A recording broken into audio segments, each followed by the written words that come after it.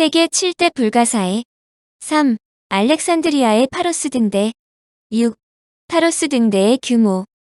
율리어스 시저는 그의 시민전쟁이라는 책에서 알렉산드리아를 점령하기 위해 두 번의 전투 이야기를 쓰며 파로스 등대에 대해 적었다. 그는 작은 섬의 이름을 딴 등대가 있으며 그 등대는 매우 높았다라고 기록했다. 플리니우스는 소스트라토스에 의해 등대가 건설되었다며 다음과 같이 적었다. 건설 비용은 800달란트라고 그들은 말합니다. 그리고 프톨레마우스의 위대함을 보여주기 위해 건축가인 소스트라투스에게 건물에 그의 이름을 새기는 것을 허락했습니다. 그것의 목적은 밤에 불의 불빛으로 배들이 항구의 입구를 알아차릴 수 있도록 하는 것입니다. 플리니우스는 건설에 들어간 자금이 800달란트나 된다고 정확하게 경비를 적었지만 규모에 대해서는 적지 않았다. 스트라보도 마치 지구라트와 같이 상부로 올라갈수록 좁아지며 백색 대리석을 사용했다고 적었지만 플리니우스와 마찬가지로 규모에 대해서는 적지 않았다. 반면에 957년에 사망한 아랍의 작가 마수디는 파괴되어 방치된 등대의 높이가 거의 239대이며 지진과 비에 의해 파괴되었지만 초기에는 409대가 되었을 것이라고 추정했다. 특히 그는 1층의 높이를 약 49m, 2층의 높이를 26.60m로 제시했다. 또한 등대가 처음에는 사각형이었다가 점차 좁아지고 상부에는 팔각형으로 되었고 지붕은 원형으로 되었다고 전했다. 말라가의 이브н 알-세그는 1165년부터 1166년까지 알렉산드리아에서 지냈는데 그 자신이 등대의 규모에 대해 흥미를 갖고 노끈을 준비하여 등대를 측정했다. 그의 측정 자료에 의하면 1층은 60m이고 2층의 높이는 26m이며 전체의 높이는 105m가량이라고 했다. 최옥상은 원형 모스크와 같다고 했다. 이것은 술탄 이븐 툴런이 동식의 모스크를 세웠다고 한 말과 일치한다. 1365년에 태어나 1442년에 사망한 아랍의 역사학자인 아무드 엘 마크리시는 두 개의 고대 자료를 근거로 해서 등대가 3개 층으로 되었으며 1층은 53.44m, 2층은 36.14m, 3층은 13.97m로 총 높이는 103.33m라고 했다. 반면에 기초의 규모는 대체로 30m라고 적었다. 여러 자료에 의할 경우 등대는 대체로 100여 미터이며 3개 층으로 상부로 올라갈수록 적어지고 사각형, 팔각형, 원형으로 이뤄졌다는 것을 알 수 있다. 그럼에도 불구하고 등대의 형태가 완전하게 알려지지 않았는데 그것은 등대가 철저히 파괴됐고 워낙 높기 때문에 꼭대기까지 직접 올라가지 않은 사람으로서는 100m나 되는 건물을 정확하게 묘사하기가 어려웠기 때문으로 짐작된다. 등대는 위로 올라가면서 좁아지는데 이는 현대에도 사용되는 방법으로 바다에 있는 선박에서 가장 찾기 쉬운 모습이며 가장 멀리에서도 보인다. 학자들은 야간에 거의 50km 지점에서도 등대가 보였다는 전설을 사실로 믿는다. 그러나 그리스 로마 시대의 배들은 밤에는 거의 항해를 하지 않았기 때문에 파로스 등대는 주로 낮에 제 역할을 했을 것으로 추정한다. 물론 깐깐한 학자들은 파로스 등대의 효용에 대해 다소 껄끄러운 지적을 한다. 알렉산드리아 항구 안에 40척이 넘는 난파선을 발견했기 때문이다. 이는 파로스 등대가 선원의 안전에 항상 도움이 되었다는 것은 아니라는 뜻이다. 그러나 이 지적에 대해 알렉산드리아의 수심이 매우 낮아 배가 수로를 잘 알지 못할 경우 난파하는 것이 다반사였다는 반론도 있다. 오히려 파로스 등대가 선박들을 항구로 안전하게 인도하는 배의 역할을 했기 때문에 난파선이 그 정도밖에 되지 않았다는 것이다. 수중 유물 보관. 아직도 학자들은 도서관이 건립되었던 장소가 어디인지를 정확하게 단정짓지는 못하지만 알렉산드리아의 도서관은 21세기에 다시금 살아났다. 유네스코가 세계 각국의 지원을 받아 1987년부터 추진해온 비블리오테카 알렉산드리나, 즉 알렉산드리아 도서관이 2001년에 준공되었기 때문이다.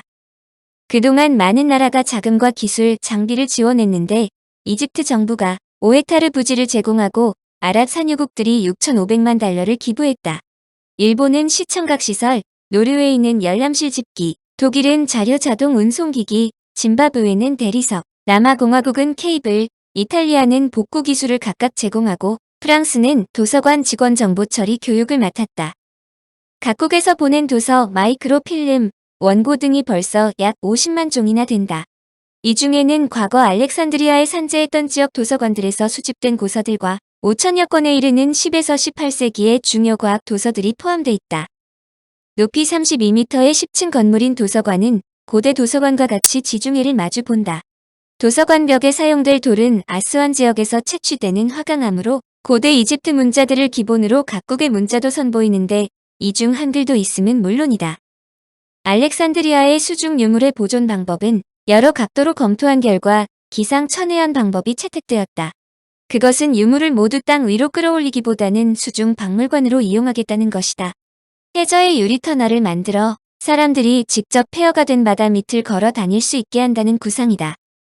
수심이 4-5m밖에 되지 않기 때문에 기술적으로도 문제없으므로 근간 파로스 섬의 등대의 유적은 물론 클레오파트라의 궁전도 수중에서 직접 볼 수 있을 것이다. 한편 이집트 정부는 이와는 별도로 2006년 유럽연합의 지원을 받아 파로스 등대를 원래 서 있던 곳으로 추정되는 카이트 베이 성체 옆에 다시 건설하겠다고 발표했다. 이집트는 파로스 등대 잔해를 사용한 카이트 베이 성체의 석재를 분석한 결과 남부 아스완 지방에 있는 화강암과 알렉산드리아 맥스 지방의 석회암이 파로스 등대의 기본 자재로 주로 사용됐다는 결론을 내렸다. 이집트 당국은 가능한 한 원본과 다름없는 등대를 건설한다는 계획이다. 알렉산더에 대한 또 다른 비밀은 바로 그의 무덤이다. 알렉산더가 바빌론에서 사망하자 부하들은 그의 시체를 방부제로 보존 처리했다. 알렉산더의 어머니 올림피아스는 알렉산더의 시체를 그의 고향인 마케도니아로 보내라고 페르디카스 장군에게 명령했다.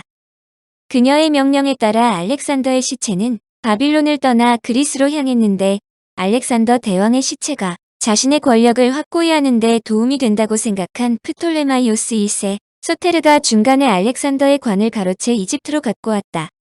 프톨레마이오스 1세 소테르가 남다르게 알렉산더의 무덤 건설에 공을 들였는데 알려지기는 그의 무덤은 프톨레마이오스 2세에 의해 세계 7대 불가사의 중의 하나인 마우솔레움을 본따서 만들어졌다고 알려진다. 그의 관은 금으로 되었는데 스트라보에 의하면 후대의 유리로 된 관 안에 안치되었다고 했다. 당대의 유리는 보석 중 보석으로 알려져 엄청나게 고가임을 이해할 필요가 있다. 로마의 황제들도 알렉산더의 무덤을 숭배하여 로마 제국의 창시자인 아우구스트 황제의 경우 알렉산드리아를 방문하여 직접 황금을 내놓았다고 알려진다.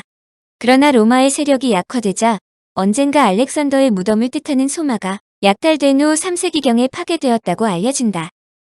그러나 알렉산더의 후광을 볼 때 알렉산더의 소마는 완전히 파괴되지 않은 듯 4세기 말에 알렉산드리아에서 살았던 그리스의 작가 아슐카티우스는 소마가 도시의 중앙에 있다고 적었다.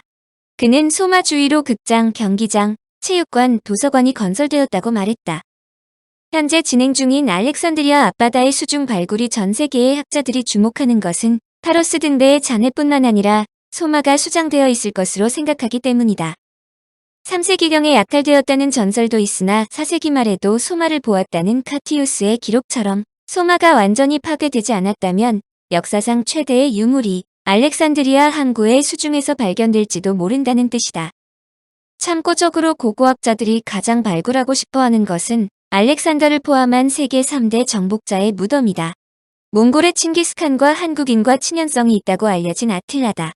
칭기스칸은 도구를 우려하여 매장한 후 어떤 흔적도 남기지 않았다고 하며 아틸라의 시신은 삼중관에 넣어 강 속에 매장했다고 한다. 청취자에게 원하는 것은 1. 구독 2. 좋아요